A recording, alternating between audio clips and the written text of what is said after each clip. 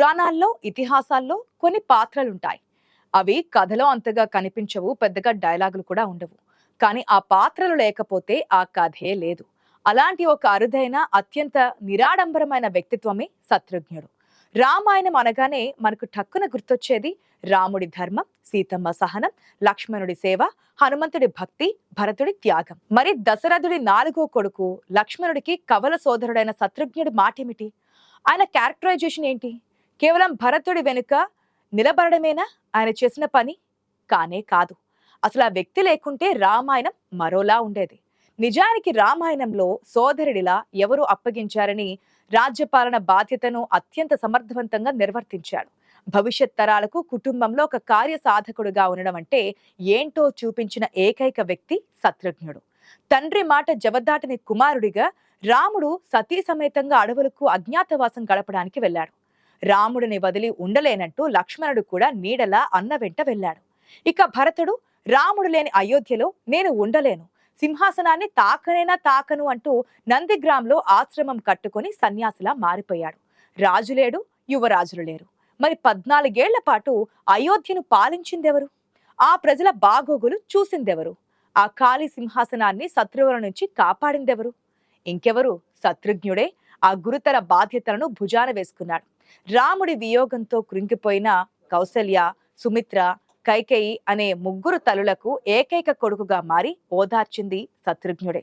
దశరథుడు చనిపోయిన దుఃఖం, కొడుకులు దూరమైన వేదనలో ఉన్న ఆ తల్లులకు ఆసరాగా నిలిచాడు. ఒక పక్క అన్న భరతుడి ఆజ్ఞలను పాటిస్తూనే మరో పక్క అయోధ్య యంత్రాంగాన్ని సమర్థవంతంగా నడిపించాడు. ఖజానా ఖాళీ కాకుండా చూడడం, సరిహద్దుల రక్షణ, ప్రజల సమస్యల పరిష్కారం ఇవన్నీ ఆయన నిశ్శబ్దంగా చేశాడు. లక్ష్మణుడు రాముడికి సేవ చేస్తే శత్రుఘ్నుడు భరతుడికి, అయోధ్య ప్రజలకు సేవ చేశాడు. అందుకే వాల్మీకి రామాయణంలో ఈయన పాత్ర తక్కువగా కనిపించినా దాని ప్రభావం చాలా ఎక్కువ. రాముడు తిరిగి వచ్చే వరకు రాజ్యంలో చిన్న అల్లరి కూడా జరగలేదంటే దానికి కారణం శత్రుఘ్నుడి సైలెంట్ రూలింగ్. అందుకే ఆయన్ని కేవలం రాముడి తమ్ముడుగానే కాకుండా ఒక గొప్ప వీరుడిగా, అద్భుతమైన పాలకుడిగా చూస్తారు చరిత్రకారులు. శత్రుఘ్నుడు అంటే పేరులోనే ఉంది, శత్రువులను హతమార్చేవాడు అని అర్థం. ఆయన చాలా శాంతంగా కనిపిస్తాడు కదా. తనకు కోపం రాదు అనుకుంటే పొరపాటే.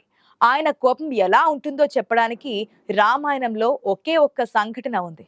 కానీ అది గూస్ బంప్స్ తెప్పించే సంఘటన. రాముడి వనవాసానికి, దశరథుడి మరణానికి ప్రధాన కారణం మంథర అని మనకు తెలుసు.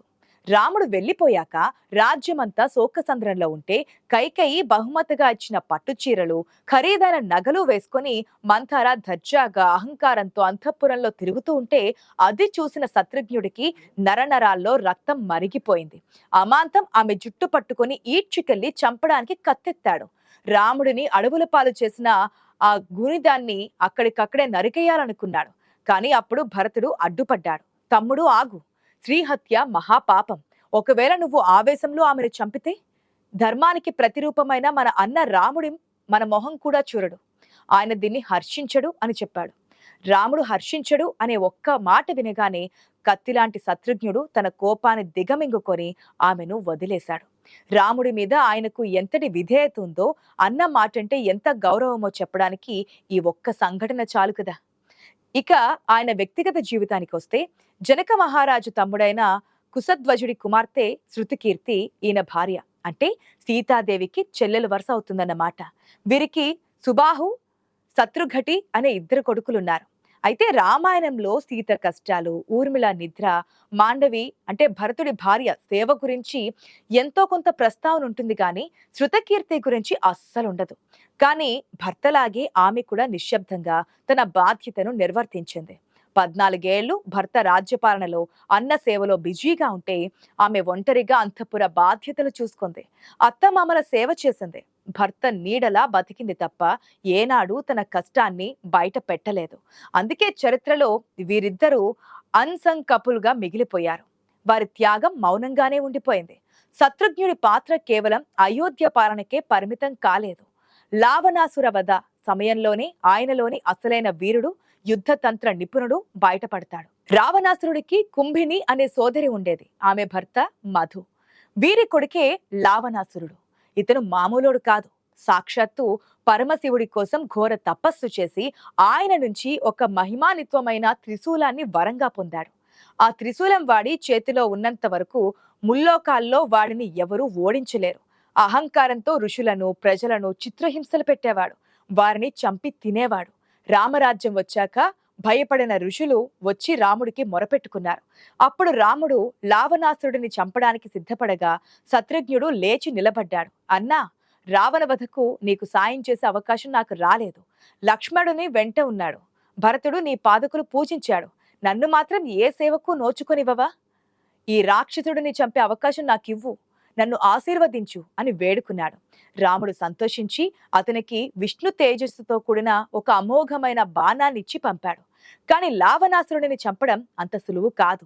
అతడి చేతిలో త్రిశూలముంటే తానే విన్నర్. అందుకే శత్రుఘ్నుడు ఒక గొప్ప వ్యూహం పన్నాడు. లావణాసురుడు వేటకు వెళ్లి చేతిలో ఆయుధం లేకుండా తిరిగి వస్తున్న సమయం కోసం ఓపికగా ఎదురుచూసి సరిగ్గా కోటగుమ్మం దగ్గరే అడ్డుకున్నాడు. ఆ రాక్షసుడు తన త్రిశూలం తెచ్చుకోవడానికి లోపలికి వెళ్లేలోపే శత్రుఘ్నుడు రాముడిచ్చిన బాణాన్ని సంధించి లావణాసురుడి తల నరికేశాడు. ఇది సామాన్యమైన విజయం కాదు, ఒక అద్భుతమైన సాహసం. ఆ తర్వాత రాముడి ఆజ్ఞ మేరకు ఆ మధుపుర రాజ్యానికి శత్రుఘ్నుడే రాజయ్యాడు. దానినే మనం ఇప్పుడు మధుర అని పిలుస్తూ ఉన్నాం. శ్రీకృష్ణుడు జన్మించిన మధురా నగరాన్ని మొదట పాలించింది, దాన్ని సుందర నగరంగా అభివృద్ధి చేసింది శత్రుఘ్నుడే. యమునా తీరంలో ఆ రాజ్యాన్ని సుభిక్షంగా పాలించాడు. తర్వాత దాన్ని మధుర, విదిశ అనే 2 రాజ్యాలుగా విభజించి తన 2 కొడుకులకు పట్టాభిషేకం చేశాడు. ఒక పాలకుడిగా, కుటుంబ పెద్దగా, బాధ్యతల విషయంలో రామాయణంలో తన ముద్ర ఎంత బలంగా ఉందో చెప్పడానికి ఇదొక నిదర్శనం. రామాయణం ముగింపు దశకు చేరుకున్నప్పుడు రాముడి అవతారం చాలించి సరయూ నదిలో ప్రవేశించడానికి సిద్ధమయ్యాడు. ఆ విషయం తెలిసి మధురలో ఉన్న శత్రుఘ్నుడు తట్టుకోలేకపోయాడు. తన రాజ్యాన్ని, రాజభోగాలను, కనీసం కొడుకులను కూడా లెక్క చేయకుండా అయోధ్యకు పరుగెత్తుకుంటూ వచ్చాడు. అన్నా, నువ్వు లేని లోకంలో నేను ఒక్క క్షణం కూడా ఉండలేను. నన్ను కూడా నీతో తీసుకుపో అని రాముడి పాదాలు పట్టుకుని కన్నీరు మున్నీరుగా విలపించాడు. దానికి రాముడు సమ్మతించడంతో రాముడితో పాటు సరయూ నదిలో ప్రవేశించి మహావిష్ణువులో ఐక్యమయ్యాడు.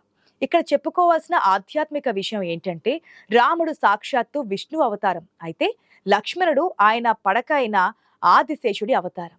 భరతుడు విష్ణువు చేతిలోని సుదర్శన చక్రం, శత్రుఘ్నుడు విష్ణువు చేతిలోని పాంచజన్యం అనే శంఖం యొక్క అవతారం. అందుకే ఆయన ఎప్పుడూ రాముడికి లేదా విష్ణువుకి దగ్గరగానే ఉంటాడు. శంఖం ఎంత నిశ్శబ్దంగా ఉంటుందో అవసరమైనప్పుడు అంతే శబ్దాన్ని కూడా ఇస్తోంది. శత్రుఘ్నుడి స్వభావం కూడా అంతే.